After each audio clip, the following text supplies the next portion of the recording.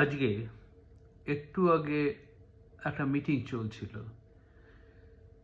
সেই মিটিংয়ে তর্কাতর্কি হচ্ছিল যে ব্র্যান্ডের প্রয়োজনীয়তা আদৌ আছে কি, আর সেলসের জন্য, বিক্রি করার জন্য ব্র্যান্ডের উপযোগিতাটা কি। তা বোর্ড মেম্বার যারা ছিলেন তাদের মধ্যে বিশেষ করে একজন বোঝাতে চাইছিলেন যে ব্র্যান্ডের আদৌ কোনো উপযোগিতা নেই, বিক্রি করলেই হবে।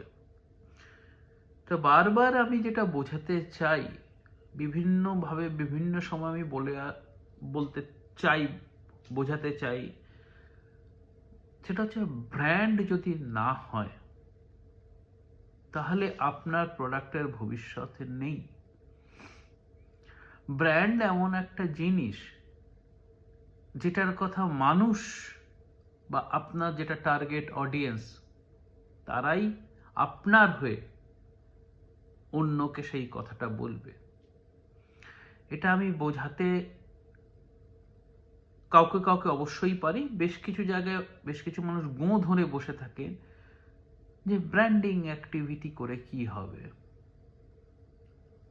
তারা ব্র্যান্ডিং এর সঙ্গে মার্কেটিংকে গোলান, মার্কেটিং এর সঙ্গে সেলসকে গোলান, এবং ব্র্যান্ড ন্যারেটিভটাই তৈরি করতে পারেন না। আমি বড়দের কথা বলছি না, যারা স্টার্ট আপ খুলছেন, যারা এমএসএমই লেভেলে আছেন, তাদের কথাই বলছি।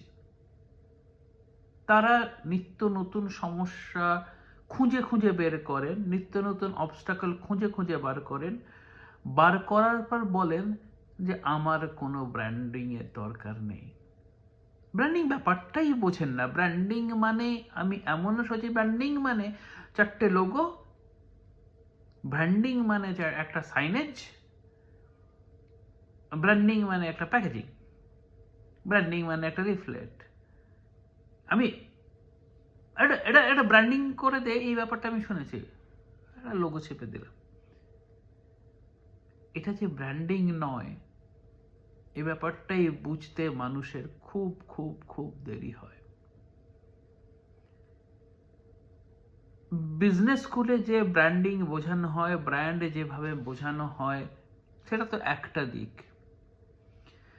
আর আমি গত 2 দশকের বেশি ধরে যেভাবে বিভিন্ন ব্র্যান্ড বুঝে এসেছি,